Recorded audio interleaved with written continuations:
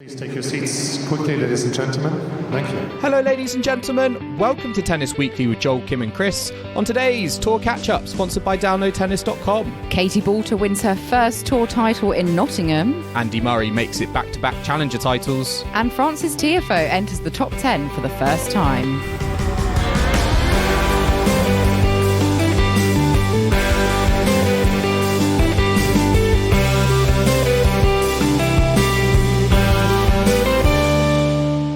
Kim, today is the 19th of June and we are here to catch up on the week in tennis at Tennis Weekly HQ. The grass court season has well and truly arrived. Move over clay, and it's been a very, well, for the Brits, it's been a fantastic start, hasn't it? Wimbledon is obviously just around the corner, but we've already had some great success. The British ladies have been all over Nottingham. Katie Boulter winning there. Andy Murray is doing what Andy Murray does at the moment on the Challenger circuit. And Frances Tiafoe into the top 10 for the first time. So even though Wimbledon is on the horizon, we have got lots and lots of tennis still to talk about.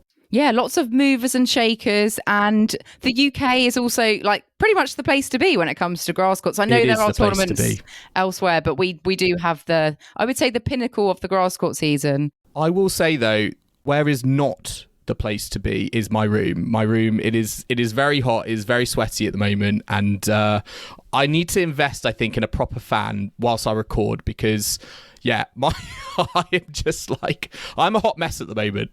You're in a Finnish sauna just without the wood and like the water to top it up. Well, Chris is enjoying himself as well in the heat. But yeah, he's not with us today. He's not actually in Denmark either. He's in Mallorca. He's gone to visit Rafa, I think, at his academy. Have you told him to do that? No, but I mean, I feel like he should visit while he's there. He's actually just sent us a nice photo of him on a rooftop having, I think, a Hugo, as inspired by my visit earlier this year. So I think, kudos to Chris for seeking out the Hugos. Kim, all I will tell you, and I'll tell Chris as well, you do not, I do not need to go to Mallorca to experience the warm weather climate of Mallorca. My room is bubbling. It is boiling at the moment. Oh, someone send Joel a fan or a bucket of water or something. I hope you manage to cool down soon. Yeah. But we'll get onto the tennis shortly. What's been your highlight off the court this week, though, Joel? Has there been something to keep you in the mood, shall we say? Well, it's been something that took me by surprise. It was Roger Federer returning to London. Was he at Wimbledon? No. Was he at Queen's? No. He was in Abbey Wood. He was part of an initiative helping redevelop tennis courts, and he was in Boston Gardens as part of kind of a refurbishment courtesy of the LTA. And saw him some pictures of him on social media down hitting with the locals. And I just love this idea of just like kind of walking down a park lane, and then I look to the right and there are some tennis courts, and well, just casually one of the greatest of all time is just hitting up on it. Why didn't we get the memo? I could have got the train to Abbey Wood. Isn't that on the Elizabeth line these days? Yeah. I didn't set up the podcast just to get, accreditation to all the major events. I need to get it for Abbey Wood for Roger Federer's return to the UK. Do you think he took the Elizabeth line to get there? Oh, bet he was more excited about that. Well, I feel like that's more east. That's more east to west, is it not? And I think these were in South London, so I'm not sure if the Elizabeth it goes to line... Abbey Wood, yeah. This is on the Elizabeth line, yeah, I think. Listeners, tell me if I'm wrong, any tube and London transport enthusiasts. It would be rude not to. And I think we're on the Roger Federer roadshow at the moment, because I think he's going to be in Halle this week. It's their 30th anniversary celebration, so I think he's obviously going to be a big part of that. But yeah, nice to see him kind of getting up and about. I think there are some rumours he's also going to be present at Wimbledon. Not sure in what capacity, probably not as a tennis player, but I would love to hear him on commentary. Will he be handing Djokovic's 8th Wimbledon title? Oh, controversial. Do you think he would do that? Do you think he would do that? No, I think he'd sit in the royal box, maybe, if he wanted to see his record equalled. Like a Bjorn Borg watching Rafael Nadal and Roger Federer in that Wimbledon back in, what was it, in like 2009 when there was all those that record on the line, and 2008, yeah. Was it 2008? Yeah. Oh, 2009 was the Andy Roddick Federer. Of course, yes, 2008. The 15 jacket coming out. Well, my highlight of the week, Roger Federer aside, which is very exciting. Well, my highlight is the fact that Iga Swiatek went to the Rafa Nadal Academy. So it's not just Chris in Mallorca. Iga Swiatek was out there as well. She was giving a nice speech to all the graduates of the academy, motivating and inspiring them. And she quoted from the quote that you see on Philippe Chatrier at Roland Garros: "The victory belongs to the most tenacious." So she was using her recent success as inspiration for giving all the students some good words of encouragement as they go on their way in the world. So I thought that was really nice that she was the one asked to do the keynote speech, and obviously embodies the values of the Rafa Nadal Academy. So maybe Chris will give it a visit, as Iga's just... he missed graduation. He missed the graduation. Yeah. Well, they asked him to be the keynote speaker. He wasn't around. He was drinking Hugo's instead. Yeah, exactly. And also, though, Joel, a special mention does go to Casper Ruud, because he's been enjoying himself post Roland Garros by... well, I think he's been playing golf. Yeah, he's been on the golf course. Kim, he loves his grass court tennis. So what better way to celebrate? I mean, he withdrew from Halle.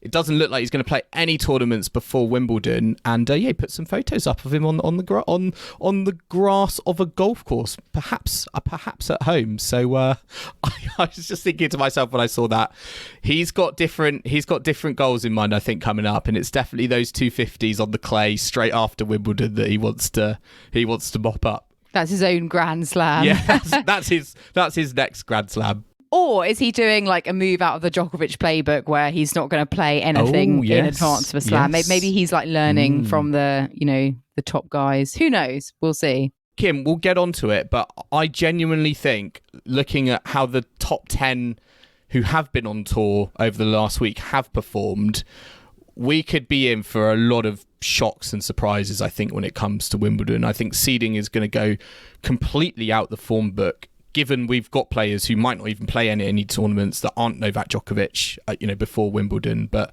other players like Stefanos, Tsitsipas not having a great time, Daniil Medvedev not having a great time, Yannick Sinner not having a great time. I genuinely feel like this top 10, it is there for the taking, I think, when it comes to Wimbledon from round one. I agree. We've seen some hectic results, but it is the first week and first tournament on the grass for a lot of them. So I expect in a couple of weeks they might, feel a bit more comfortable, but it's still not great, based on early days for some of the top 10.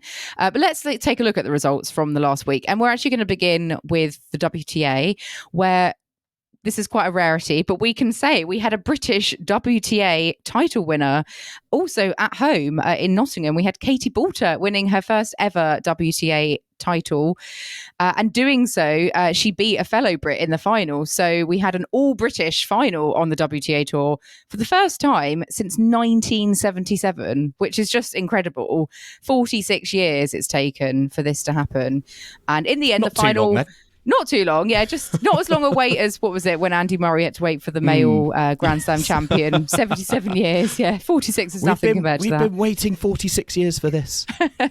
It wasn't the best of finals, I have to say, 6-3, 6-3, Boulter definitely the better player on the day over Jodie Burrage, but I think it was just a great celebration of British women's tennis, the fact we had 3 out of 4 of the semi-finalists being British, and then obviously an all-British final and a British champion and a British tournament director with Laura Robson's first tournament. So, and obviously Andy Murray winning the Challenger. So it was, all round very good for the British players, wasn't it, Joel? Yeah, I think it was a celebration, but I also think it was a response as well, because there's been so much criticism of late particularly of the British ladies in the singles, not one of them coming through qualifying and being in the main draw at the French Open. And it just shows, I think, when they do have those home comforts in these home tournaments, they can make the most of those conditions. And Katie Boulter is one of those players who you can see, I think she has a big game. It's very well suited to grass. And arguably, yes, she was given a very kind of kind draw all the way through to the final. I don't think she faced a seeded player, but she certainly made the most of it. And as ladies British number one, she certainly lived up to it, and I think just kind of showed people that what I feel like I've known for quite a while is, to me, she is, if she can put it together and has that consistency, to me, without kind of Raducanu in the question, she to me is the biggest prospect from the women anyway, from the British side. Yeah, she's now up to a career high ranking of 77 as well as a result, which is great. Well into the top 100. She said that she obviously wants to be top 50 and higher. So this is a really good step now on that journey where she can hopefully use that boost to her ranking as a result of the points she's picked up here to do that. And she's definitely proved that she's the British number one, because she beat, I think, 4 British players to win this title. So Appleton, Dart, Heather Watson, Jodie Burrage. So obviously cementing her status and just proving, we know she's got like the shot making, that she's performed well on occasion in the past, has had some big wins, on the likes of centre court, for example, at Wimbledon, over top players. It's just, again, we've said this before, but finding that consistency, and like hopefully this is a good stepping stone. And it's a big tick, isn't it, in the box, WTA title victory. Absolutely, and she is a big game player. We've seen that at Wimbledon in the past, and she's going to be unseeded there, and she's going to be a very awkward opponent for anyone who faces her, I think, in round one. I do wonder though, does it exacerbate this kind of perception that Brits can only play well at home? And yes, you need to make hay in these moments, and it's great these players are going to get the ranking points that is going to put their ranking up and get them into certain tournaments, because that was actually a bugbear of Heather Watson. She had a career best performance at Wimbledon last year, didn't get any ranking points for it, and it really did kind of halt her progress and development in terms of the tournaments that she could enter over the last year. And again, she showed that she can mix it on the grass and got to the semis. But I don't know about you, but does it suggest that this is great, but the real test will be when it's like outside of tennis in Britain on the tours? That's where I want to see real gains being made. I agree. And I think today we've seen at Queen's, like Ryan Peniston win on the men's side. And he had a good Queen's last year, reaching the quarterfinals, and he's upset Humbert today in straight sets. But it's almost like, you can't just turn up for a couple of, weeks, this part a of the year season at home in front of your fans. Are you able to do this, in the middle of nowhere in a cold, October afternoon in, I don't know, Uzbekistan and perform and get those ranking points and wins and titles? That's where, you really kind of prove yourself. And I do think there is a question mark over whether, we can kind of translate that for the British players globally and at all times of the year.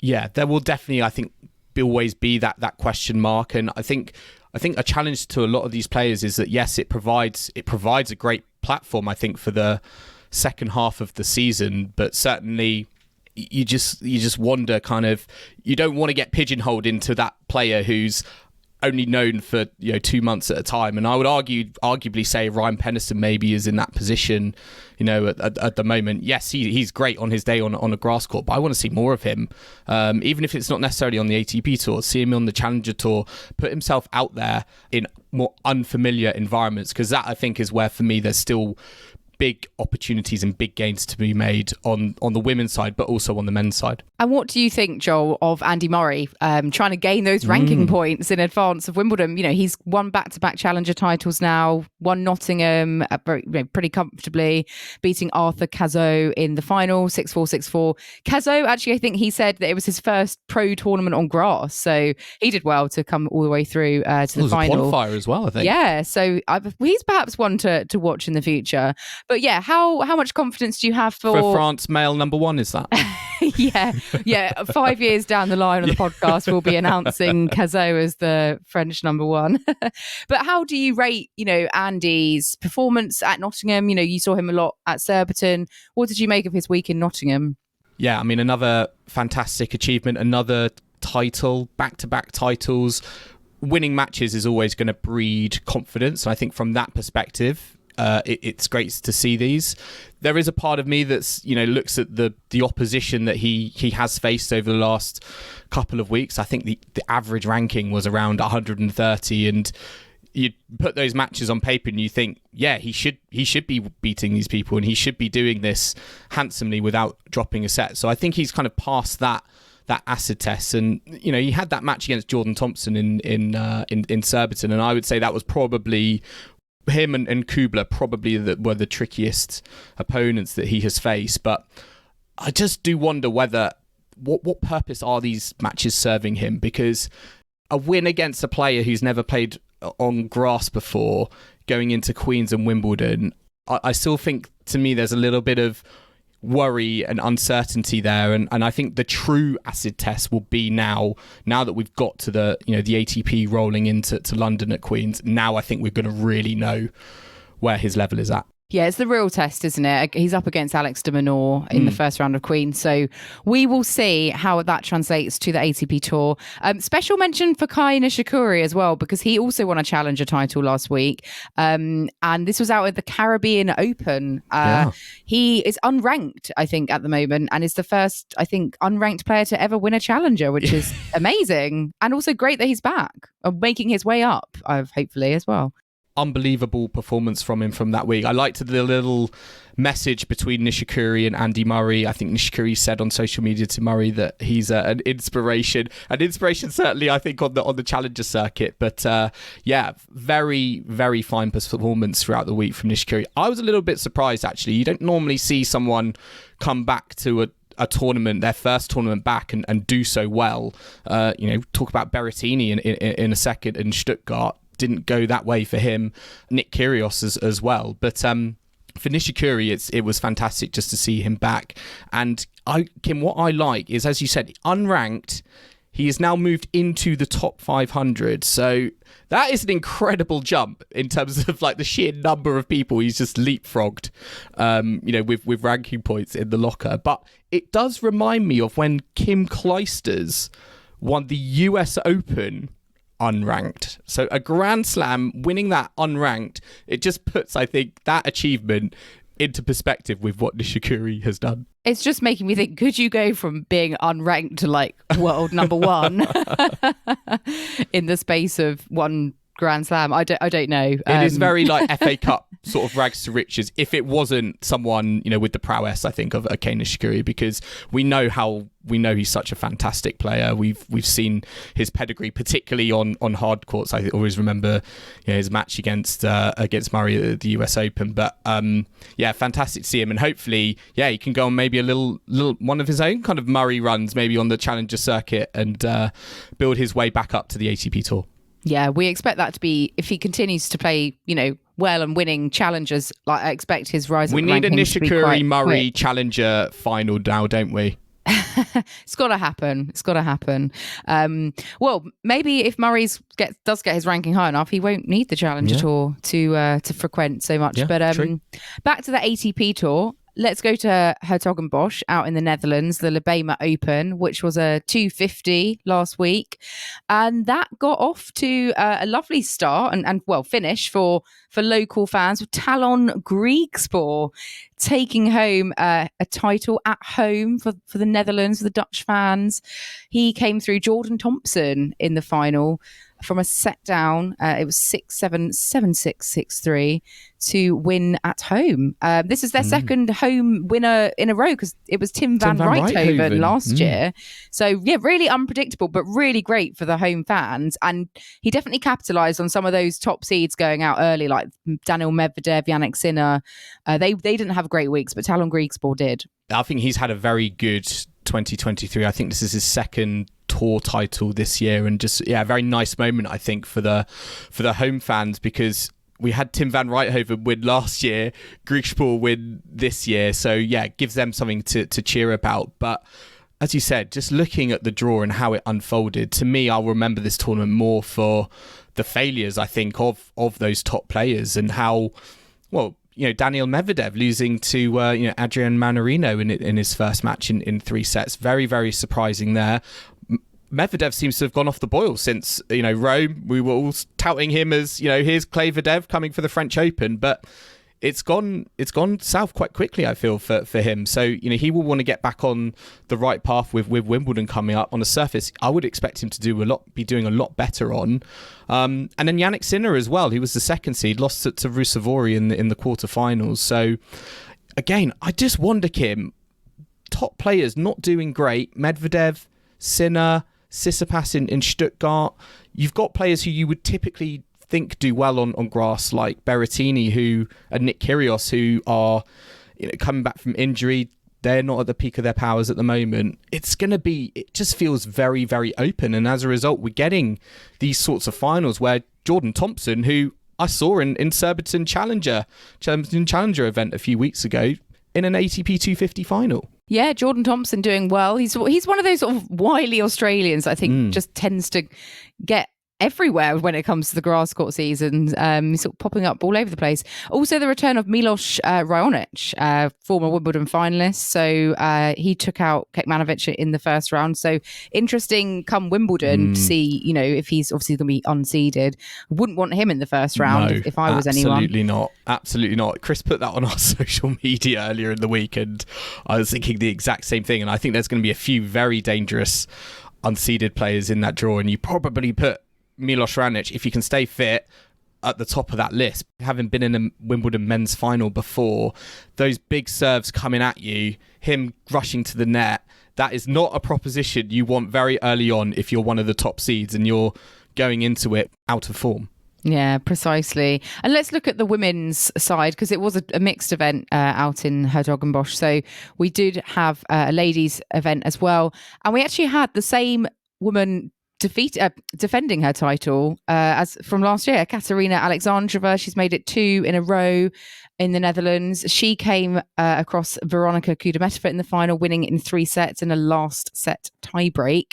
So the top seeds generally on the women's side doing a lot better in Holland, with Kudermetova was the top seed, Alexandrova the 4th seed. What did you make of Alexandrova managing to actually defend and retain her title? Something doesn't happen very often on the WTA Tour, does it? No, it's been quite interesting actually this year, because there's been more title defences this year than I think since 2018. There's already, I think, been 4. There's still lots of time left in the tour. And to see this happen for Alexandrova, really, really happy for her. I think it was a fantastic final, actually. Really, really long. I think it was the longest WTA final this season, which I was kind of surprised on grass. But I think from Alexandrova's perspective, the fact that she came in as the champion, knew there was that pressure there in terms of the ranking points, and just sort of coming through and getting it done. I thought that was very impressive from her. And then to come up against someone like Kudermetova on the other side of the draw, I was reading apparently they're not the best of friends, even though they're both Russian. That would have felt, I think, very good probably to get one over your compatriot. Yeah. Ooh, maybe there's a bit of bad blood between them. I didn't know that. But I do think they were. I do think they were, though, the best. They were the best players in the draw. They both didn't drop a set getting to the final. And again, Alexandrova, I think, is going to be she could be quite a formidable player, I think, coming Wimbledon. I was surprised. I don't think she's gone beyond round 3 of a Grand Slam. And I think the way she's playing, who knows? The opportunity is certainly there, I think, come Wimbledon for her to go further, maybe even push into the second week. Yeah, they were both worthy finalists, weren't they, in this event? And unfortunately, we did see some of the other top seeds like Azarenka and Andreescu kind of lose early. But it was, I think we had some good matches throughout the week. And Venus Williams was there as a wild card. She lost in the first round to Serena Williams was there.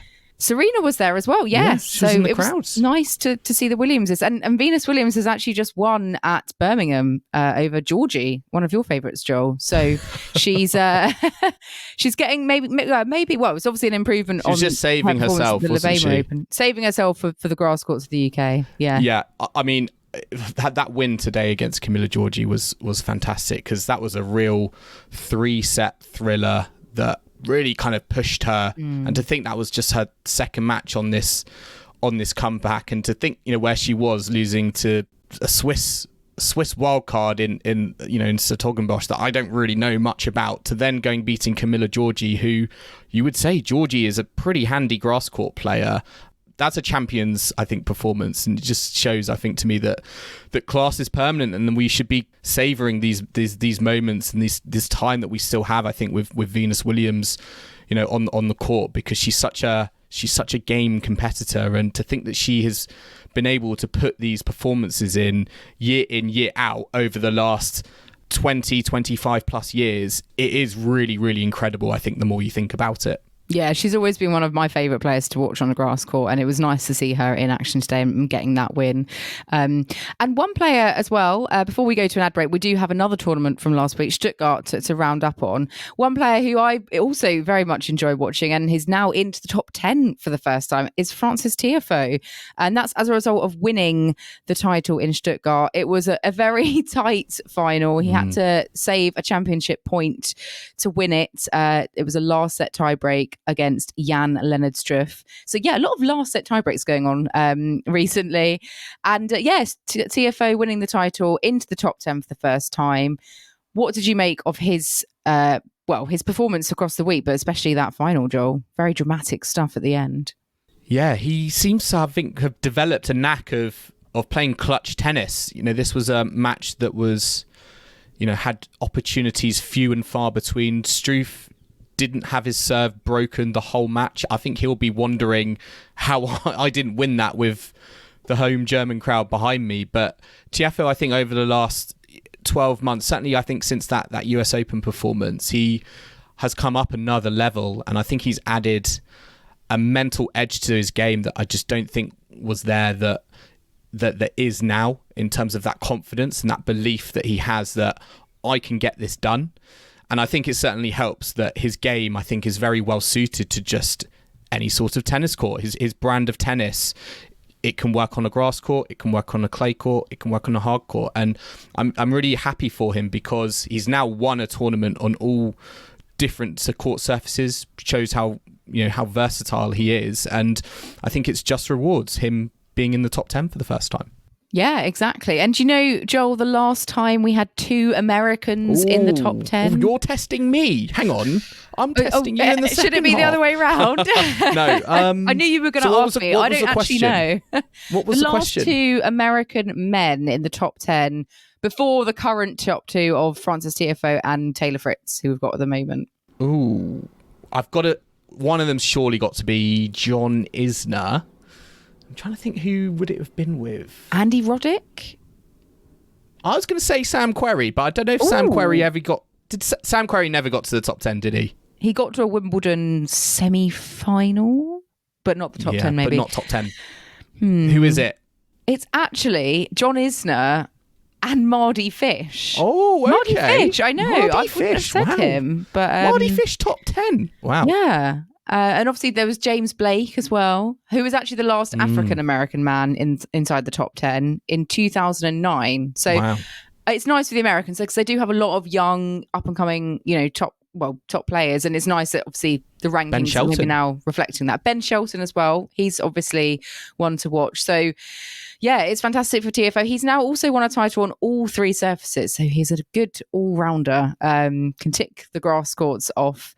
And Struff, I'm surprised he's never actually won a ATP title. He was trying to go for his first title on the tour. And that surprised me that he'd never actually managed to get one because he does seem to be one of those players that does kind of get there or thereabouts occasionally. He has a nice week, doesn't he? But maybe especially with the serve that he has, and the power that I think he possesses from the back of the court. I think he hit 56 winners in that final against Tiafoe.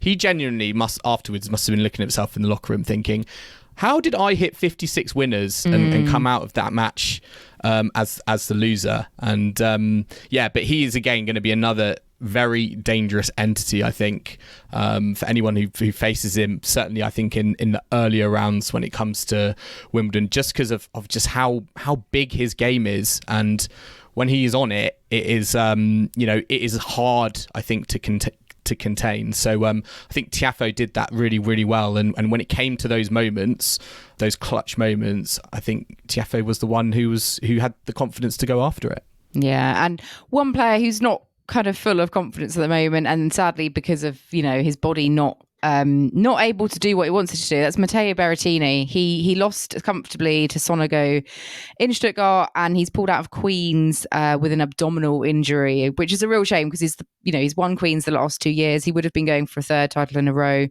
And whether he'll be at Wimbledon, we don't know, but it's not looking good. He didn't have a great time in Stuttgart. There were tears. Him walking off the court, which you never want to see, and he will full well know that this is his home turf. Again, he's got such a big game that can cover the weaknesses in his game, like the backhand. The fact that if there is one court surface where you can have a hammer serve and a big forehand and it can take you places, you would say it's the grass courts. And it's just, I think, a bit sad that he's not been able to, from what it looked like against Sonego, not got himself into a position that he would have been liked to in terms of his conditioning.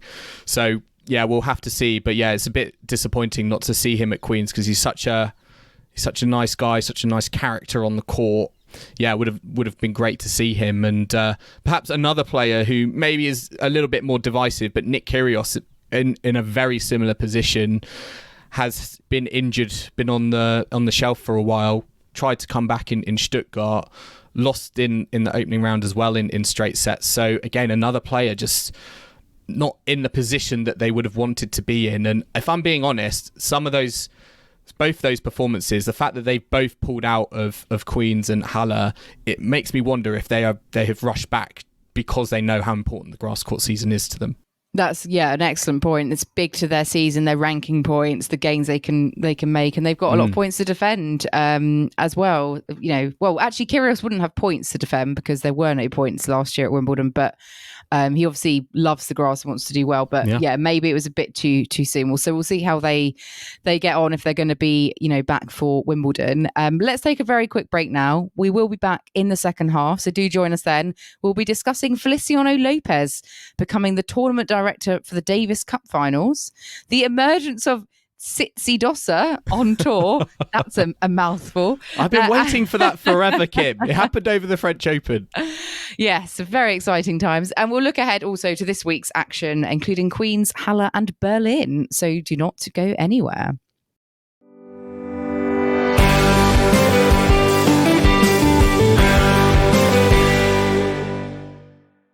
Welcome back to the Tennis Weekly podcast, sponsored by downloadtennis.com. Now we're going to move on to a little par for the courts, which, Joel, you've got for me today. Haven't done one of these in a couple of weeks. The return. The return of par for the courts. Very exciting. Now we're back to our regular week-on-week, catch-up shows. So, Joel, what have you got for me and the listeners today? So I've got a solo edition par for the courts for you. I'm almost picturing this like this is good prep for next week or whenever Chris returns. This is your prep, I think, to take him down, because I feel like he's still like the final boss of par for the courts. Yes, I think I've actually got a chance today. Well, okay. Are you ready? Are you ready for your topic? Yes, let's do it. Okay, so I got this off social media, and this is from last week. So I would like you to tell me players who are aged 30 and above in the current top 50 of the men's rankings. And there are 8 in total. Okay. So eight players who are 30 and above in the top 50 ATP rankings, and I am going to set the par score for you at, there's 8. Oh, do I say 50%? Am I being nice? Am I being nice to our listeners? I'm going to say 4 out of 8. I'm looking for 50%. Okay, I think I could do that. There's some 50. gimme answers, I feel, but there's some tough answers as well, and there's probably some players you're thinking, is that person over 30? Yeah, I've got to work out what 30 would be, like 1993 or 92, depending on when their birthday is. So, okay, let's give it a go. Are you Yes. ready? Are you ready? I am, okay. indeed. Right. So I'm looking for aged 30 plus ATP players currently in the top 50. Who is your first answer? So I'm going to go for like the banker answers to start with. And the first one will be Novak Djokovic. Correct. Yes. Novak Djokovic, to no one's surprise, yes, is on the list. So I would Joel, this pains me because I would sort of say at this point it should be Rafa, but given the fact he's just dropped a load of points, he's no longer in the top 50. I thought that was going to be a trap. I had laid a trap for you, and I thought you were going to take the bait. But yes, very good. Rafa's not on the list. Well, initially I was just going to say it, and then I thought, hang on a minute. We've just had the French Open. Pure instinctives. It's dropped 2,000 points. Yeah. Exactly. But one player that I know the current ranking because it's been all over the news, Andy Murray. He's back in the top 50. Correct. Yes. Andy Murray is also on the list. So Novak Djokovic and Andy Murray. They are the two oldest, and they are both correct answers. And then, okay, this player I believe is in the top 50. In fact, I think he's definitely in like the top 30. And that is Grigor Dimitrov, because I think he's like my year of birth. So he would be over 30. Grigor Dimitrov is a correct answer. Yes. So that is 3. He is in the top 30 and he is aged 32. So you've got 3 correct answers. You only need to give me one more to reach par for the courts for this week. But I think it's quite challenging. It is hard. I'm just trying to think.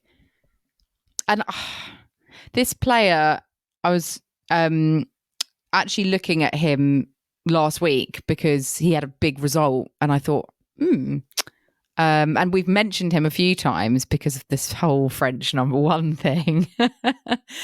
And I think he must be over 30 because I thought he was a lot older than he actually is, but anyway, that's another story. And I think he might just be in the top 50. Adrian Mannarino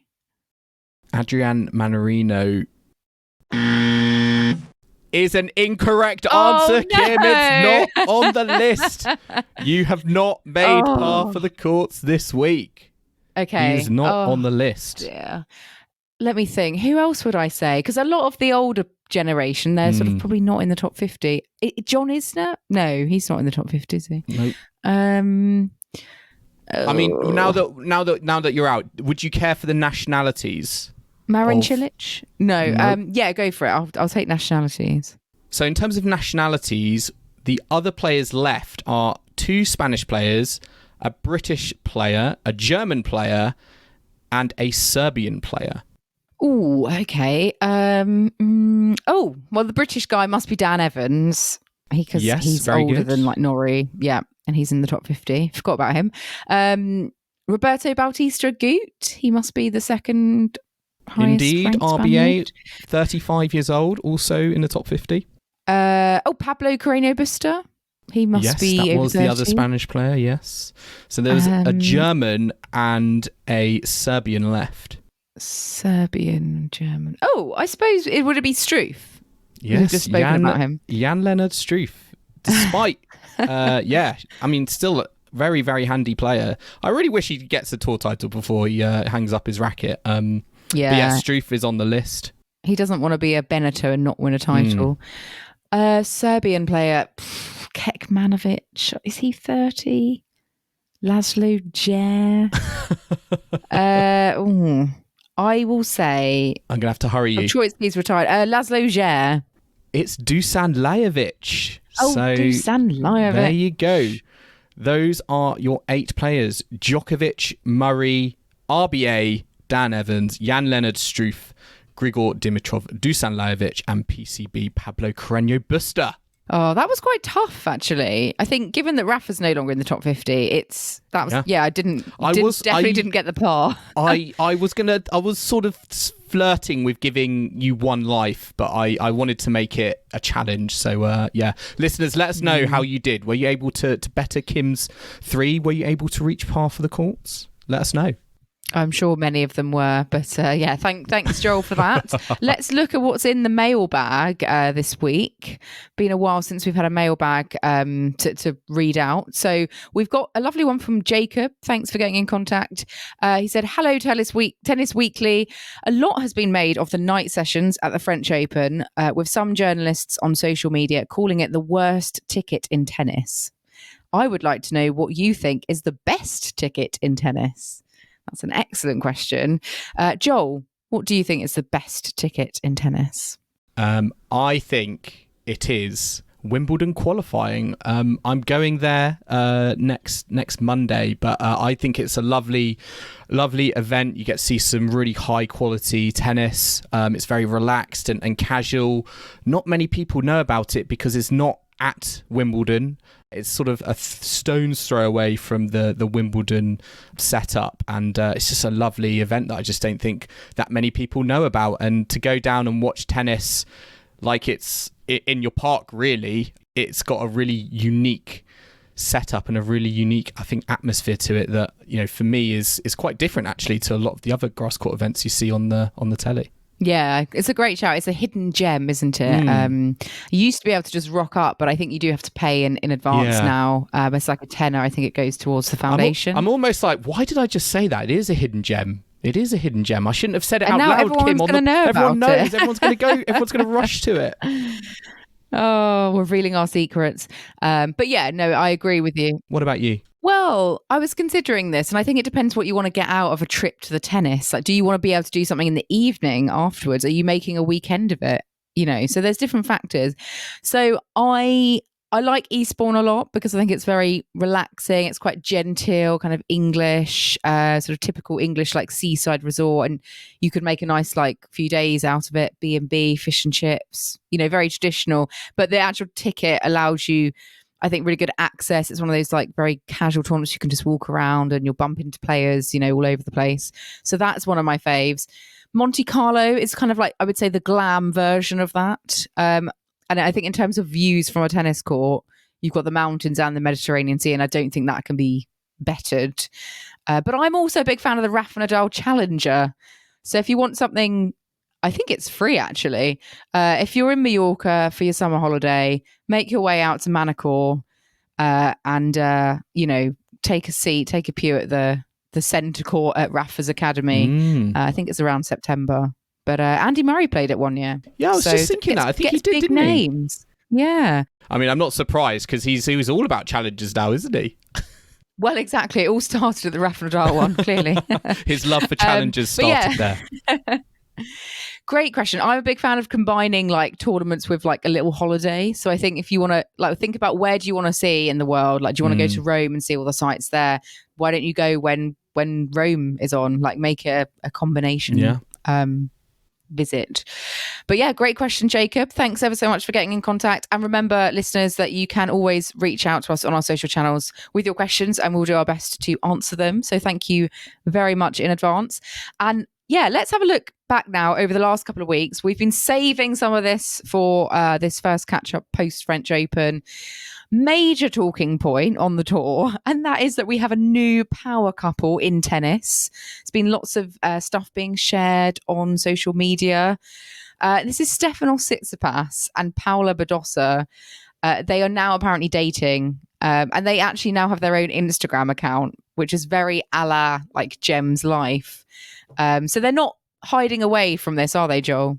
They're embracing it. I think it's fantastic for tennis. I think they're both very outgoing personalities. We've seen Tsitsipas all over kind of social media. So yeah, it's very interesting, I think, to see how this goes and how this plays out on the tour. I'd love to see them in combined events. Will they play mixed doubles together? I'd love to see that. But yeah, we do obviously get power couples or couples in tennis, so we'll have to see how this develops. But yeah, Gem's life, it's got competition on their hands.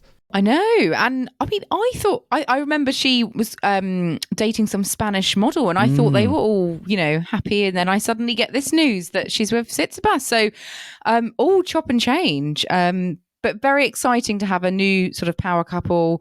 Obviously we've had the likes of Berrettini and Tomljanovic.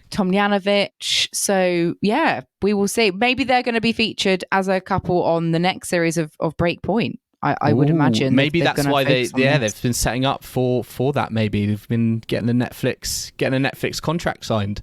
Well, maybe so. I think they are making another series. And actually, the next 5 episodes come out on Wednesday of the current series. So very exciting, waiting to tune into that on Netflix.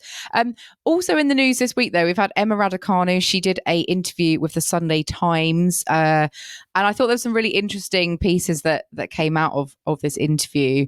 I think revealing how much pressure and scrutiny that, she's felt since winning the US Open. And her experience of she describes, there are a lot of sharks out there, that people see her as a way to make money. And it shows that she's very self-aware of all of that, people not necessarily acting with the best of intentions. And she's sharing some nice stories as well. I just love the fact that she came out very candidly and said, "The king asked me, so have you found a coach?" Which I thought must be such a bizarre situation to find yourself in. But I love how the royal family are now totally invested in Emma Raducanu and what feels like the biggest question on everyone's lips. And yeah, it's nice to see King Charles getting involved. I know. Yeah, he's obviously clued up on his tennis. He knows that she's been having a bit of a coaching roulette. So don't know if that helps her feel any more relaxed though, having the King of England oh my God, the royal family are after me now. I need to get this sorted. Maybe he can help. Maybe he's got some royal tennis coach that he's used in the past. Who knows? But yeah, I thought it was a nice interview, and it was quite revealing as well, wasn't it? Yeah, she said she wants to go and live in China for a bit. She's part Chinese. She feels at home there, she said, and how she's kind of quite good friends with a lot of the other Romanian players on tour. Obviously she's also part Romanian, so she's kind of revealing kind of more about herself. And I thought it was a really nice interview, and I think she's obviously maybe using this time to hopefully regroup and reflect on everything. And I think hopefully she'll come back all the stronger for it. So yeah, I love that bit about the king though. I thought that was an interesting point. And then Joel, also seems to be quite a lot of points of news this week. But I guess the other bit we wanted to kind of talk through today was Feliciano Lopez being made the new director of the Davis Cup, which I think has been quite a controversial decision based on the reaction on social media. What's your opinion on this? Because there was obviously a lot of hoo-ha about him being the tournament director in Madrid, where there was a bit of controversy. So what do you make of this announcement? A bit of controversy. I think there was more than just a bit. This to me is Cakegate. Yes, I mean there's always been scheduling issues. I think also that's plagued the Madrid Open also this year. So it wasn't, I think, the most well-run event, and he was tournament director there. So for then him to get appointed Davis Cup Finals tournament director, I'm not going to like him. It just feels like they're strapping a rocket to him in terms of admin roles. But has he really kind of learnt on the job, and is he really ready for something that's even bigger in terms of the Davis Cup Finals when whole countries are involved? It's a team competition. There's a lot more tennis going on at any one time. So you've got all these nations coming together. It's going to be another baptism of fire. And I don't think he covered himself in glory the last time he was put in that environment with the Madrid Open this year. Yeah, it always feels like they're rewarding failure because there was a lot of scandal coming out of Madrid. Yeah. And I guess he'll just be hoping that he doesn't go anywhere near cakes for the Davis Cup. He steers clear of anything like that. They, I would go nowhere near social media as well. I would hope there was some sort of the stipulations in his contract of, yes, this can happen, but you cannot deliver any cakes. You cannot deliver any apologies on social media. I don't know. I would be I personally would be nervous about this, given what we've seen already. But hey, sometimes I feel like these decisions are made regardless of performance, and maybe this was earmarked before the Madrid Open happened. I probably would think that was the case, but it's definitely something that's, I think, raised an eyebrow or two in the tennis fandom community. Yeah, we'll hope he's learned from his mistakes, and before we maybe judge him, he could be a fantastic director for the Davis Cup final. So we'll give him a second chance and see how that all goes. But yeah, certainly if we were to see more of what happened at Madrid, that's there's got to be some kind of removal. He can't kind of keep going on and doing the same. So that's not going to go down well if that was the case. So we'll see how that pans out. Let's take a look at the action this week on the ATP and WTA tours. So this week on tour, we've got lots of events happening. For the men, we've got Queens and Halle, which are both 500s. And on the women's side, we've got 500 in Berlin and a 250 in Birmingham on the grass courts. So as we said, Andy Murray's in action at Queens tomorrow, the Cinch Championships against Alex de Minaur. So that'll be really big test to see how his challenger form translates. And obviously Berrettini out injured, which is, obviously quite sad that he's not even going to get the chance to defend his title. We've got Carlos Alcaraz as well, fresh off the back of a holiday in Ibiza, I think he took. So that'll be an interesting one to see how he performs initially on grass. I think Holger Rune is in action tomorrow as well. So Queens, got a decent lineup. Frances Tiafoe as well, now in the top 10. He's playing it. I'm curious to see how the top seeds do, given the players in the top 10 do, given they've not had great time on the grass so far.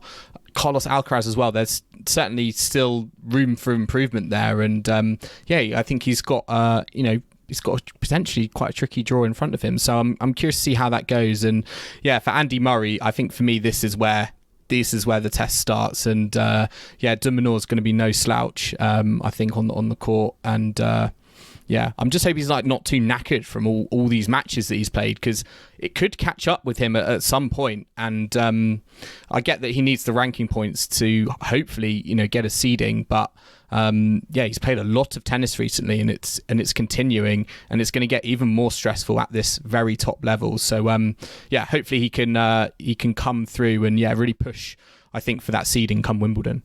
Yeah, let's keep our fingers crossed that it all will be worth it in the end. We've got Halle, which is headlined by Daniil Medvedev. He'll be hoping for a better week than last week, where he lost to Mannarino. Tsitsipas is there as well. Got a first round between Sasha Zverev and Dominic Thiem, which is obviously, I would say, that the pick of the draw immediately that springs to mind.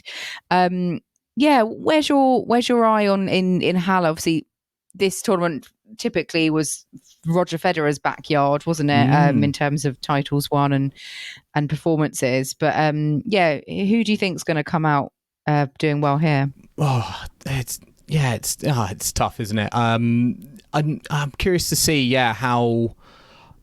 Well, I'm just curious again to see how Medvedev and Tsitsipas get on, given their struggles. Last week they actually both won today. Tsitsipas came through a final set tiebreak against Gregoire Barrère, so I still think that's real strugglesville. So I'm just gonna have to take one match at a time, I think, with some of these these top players, and there could be again opportunities for a surprise champion. Do you remember when we had, what was it, Hugo Humbert, I think, do so well here a few years ago? Maybe we have another surprise champion in store.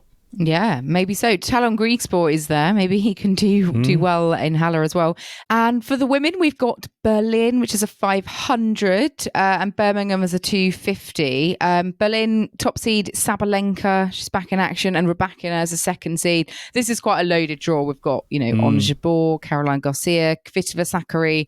Really tough field this is. Garcia, Sabine Lisicki, Kim. Sabine Lisicki always loves coming out in the grass court season, doesn't she? Well, she is a former Wimbledon finalist, Joel. So if there's ever a time for her to shine, now is the time. Andreescu, Vondrousova first round. I mean, it's just not easy, is it, for any of them when you've got lineups like that. And then Birmingham, Krejcikova is the top seed. Ostapenko, the second seed. Be interesting to see if any of the Brits can kind of keep their form up. See Katie Boulter, Jodie Burrage, etc. Can they transfer their Nottingham success across to another tournament? We hope they can. Yeah, I don't see why not. They'll all be full of confidence at the moment, and I think there's definitely opportunities there to be made. And I don't think the draw as a 250. It's not obviously as loaded as Berlin. So I think there's a real opportunity for Brits to go deep. And I'm curious to see how far Venus Williams can go now that she's come through Camilla Giorgi as well. Yeah, exactly. Great win for her. She could play Ostapenko in the second round, so that will be Venus Williams, Jelena Ostapenko. One. That would be wild. I think if that matchup happens. Yeah, so much going on, and Breakpoint coming out again on Wednesday as well. So once the tennis is finished for the day, you can tune into that. So it's tennis 24/7 at the moment. We live, sleep, breathe, and eat tennis. I know. But we'll be back next week to round up all of these tournaments from the WTA and ATP tours. So we look forward to catching up then on the next week of shenanigans, Joel, on the tour. Listeners, I hope you've enjoyed our latest episode of the Tennis Weekly podcast. Remember to subscribe to us to stay up to date on all the action to come from the ATP and WTA tours. We're on Apple Podcasts, Spotify, and all major podcasting platforms out there. And if you like what you're hearing, then make sure to leave us a rating and review on Apple Podcasts or Spotify. You can also follow us on social media or email the show. We're on Facebook, Instagram, Twitter, TikTok, and YouTube at Tennis Weekly Pod. Or you can email us on tennisweeklypod@gmail.com. And do check out our website as well, tennisweekly.co.uk. And we will be back next Monday at Tennis Weekly HQ for another tour catch-up. So I hope you can join us for that. But in the meantime, it's goodbye from Kim. Goodbye. And it's goodbye from me. We'll see you again soon.